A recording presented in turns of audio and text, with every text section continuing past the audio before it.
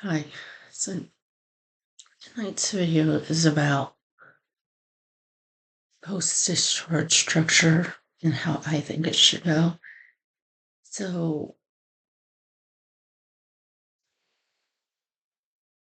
it's like when the patient is on the unit, the patient should have some sort of say. Let me restate that. They should have a total say um, on what their post-discharge care looks like. So for that would include like a plan of like how often to call the patient post discharge. And then after that agreed upon time, see if the patient needs more care, more follow up care from the unit staff.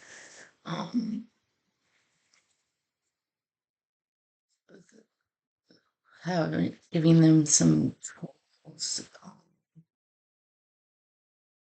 each phone call post discharge and emailing them the tools that you talked about over the phone and possible and even emailing them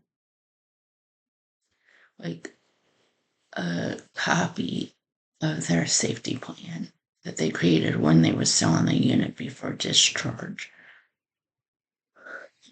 And also like ask if they want to do a step down program thing, do step down programs like partial hospitalization, then intensive outpatient, then go down to regular therapy after intensive outpatient and do something like for me, I do Centers for Behavioral Health like skills in Rockville, Maryland. What we did, we have groups every morning, Tuesday, Wednesday, and Thursday morning. Tuesday mornings is always an option of in person or virtual. Wednesdays and Thursdays is just virtual.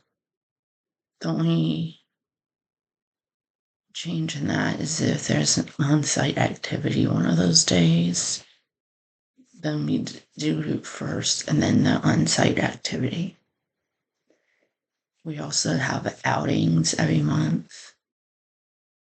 So that's helpful also if there's a program like that where they could still see other people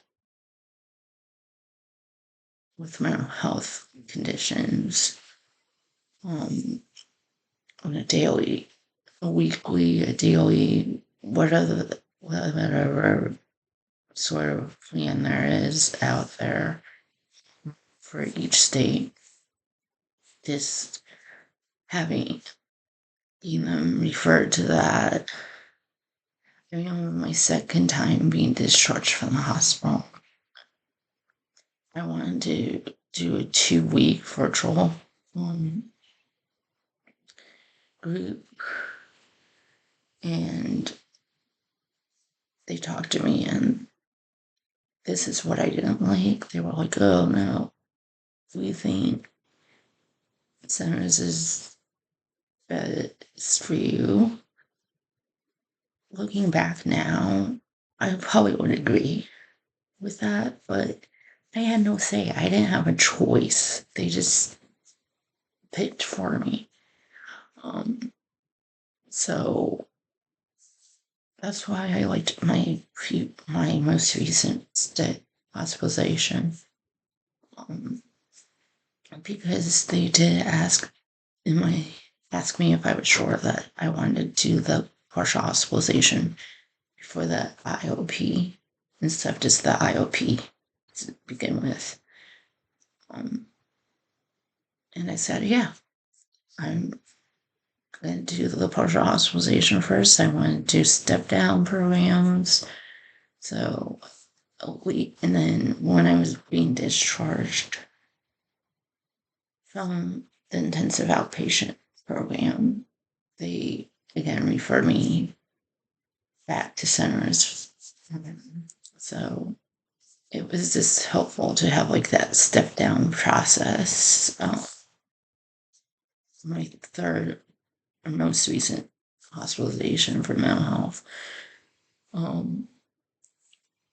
I would have liked to have had somebody call me, even though I was doing the step down program and I was seeing people every day or 3 times a week. But I, at least post discharge, I was still able to talk to my caseworker at centers every week. I just couldn't go to their program until I was discharged from the hospital step down programs. Another thing is to ask the patient if they are ready to be moved down to the next level for the step down program. Like, ready for being discharged from partial hospitalization,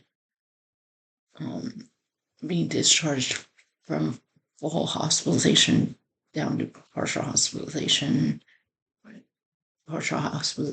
down to intensive outpatient, or intensive outpatient down to some program or outside of the hospital. That would have been helpful to have a say, because as a person with disabilities, when I don't have a say, I feel like I have no voice in my own care. And it just brings back painful, very painful memories of growing up and feeling like I had no voice and nobody cared about hearing me. So it's just not the best way to treat a patient that might have it, that does have disabilities, because they always feel like they have no voice, or that their spoken voice doesn't matter. So that's a thing to work on. Another thing is maybe obviously helping them find new providers, or first time providers if they need the help doing that. Finding, helping them find like a neuropsychologist if they want a neuropsychologist, helping them and setting up that appointment. I have not gotten help with that yet. I do want to get help with setting up an appointment for a neuropsychologist. I'm just glad that I got the help finding a new therapist and a new psychiatrist this time around, and that I felt comfortable enough while on the unit to ask for help finding new ones. My very first experience of finding a therapist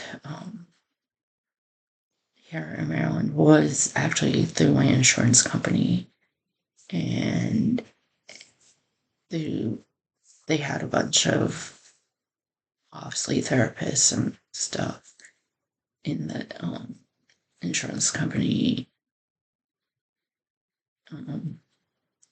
but I would always like that therapist would leave and then I'd get a new one. And I didn't like that. So I wanted to honestly get like after a while I just stopped using them.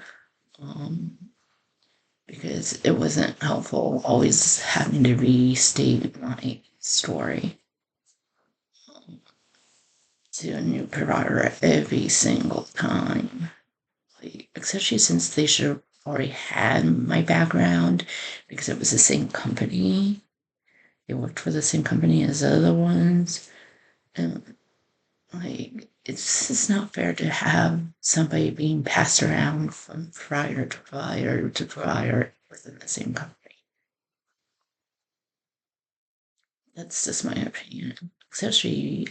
As a especially people with disabilities because it's hard enough finding a provider that they feel comfortable enough with. And that's another thing. Help them find a provider that understands trauma and disabilities and the combination of trauma and disabilities. And that's why I like my current therapist right now. She understands disabilities and she's trauma therapist. So she, as I said before, she works with people with disabilities during the day.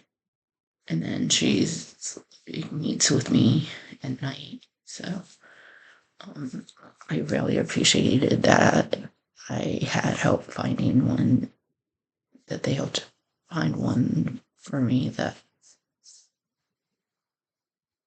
was a trauma therapist.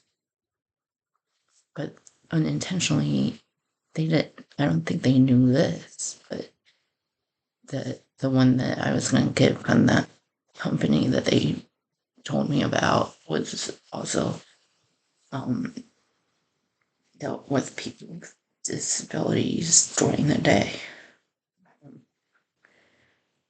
But maybe that's why I got my current therapist from this company because I'm with, because when I called the front office, I said, I want a trauma therapist and I have disabilities.